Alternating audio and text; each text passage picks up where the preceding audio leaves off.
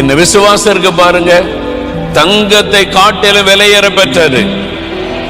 ஒருத்த வீட்டுல 100 கிலோ தங்கம் இருக்கலாம், விசுவாசம் இல்லைன்னு அவன் பணக்காரன் கிடையாது.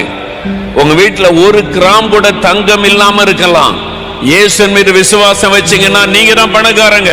தேடி வந்தீரே நன்றி ஐயா, தெரிந்து கொண்டீரே நன்றி ஐயா, தேடி வந்தீரே நன்றி ஐயா, தெரிந்து கொண்டீரே நன்றி ஐயா.